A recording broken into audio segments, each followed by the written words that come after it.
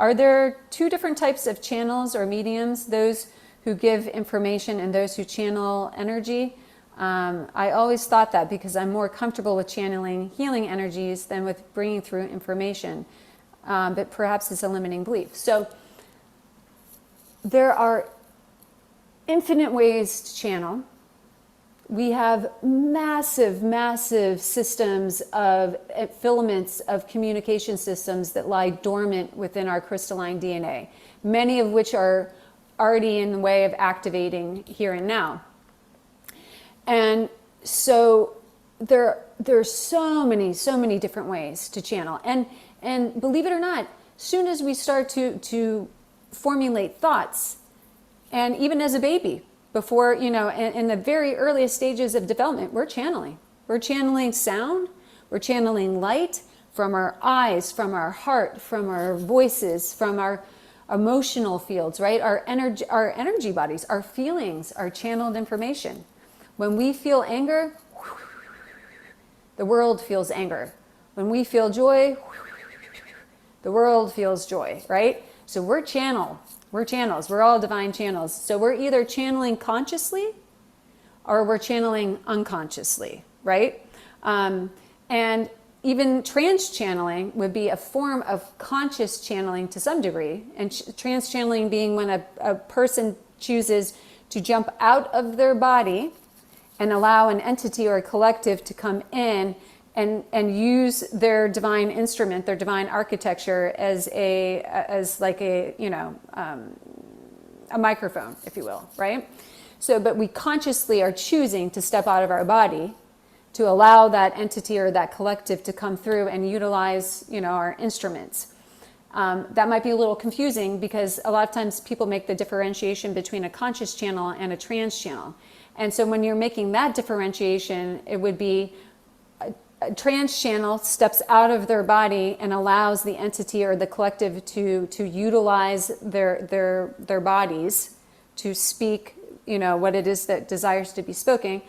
Whereas, for instance, I choose a pathway of conscious channeling where I do not leave my body. I remain fully grounded in my body and I allow for myself to open my resources, spidey senses, etc., to bring forth the information that is in the greatest resonance with my highest source self and oversoul, and in full connection and devotion to source, to the highest divine light, love, law, and order. So those are sort of my non-negotiables, if you will, of channeling. But then there's so many different ways. Channeling energy, channeling light,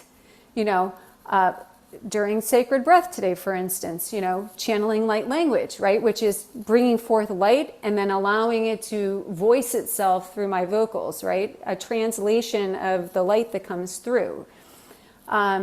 Channeling through our eyes, channeling through our heart, channeling through our hands, and channeling telepathically. And there's so many different ways that one can participate in telepathic technologies and abilities. So there's not even just one way of that, right? So it's just a matter of what do I feel the most resonant. But then let's put all the sort of the mystical and fun, things to the side for a second. And even if we weren't attempting to do any of these types of things, we're channeling thoughts. We're channeling collective thoughts. We're channeling things from the collective mind cloud. We're channeling things from our memory bank and we're channeling imprints that are in our DNA that are coming up and through our emotional body and, and therefore through our, our mouth and our expression and our exchange.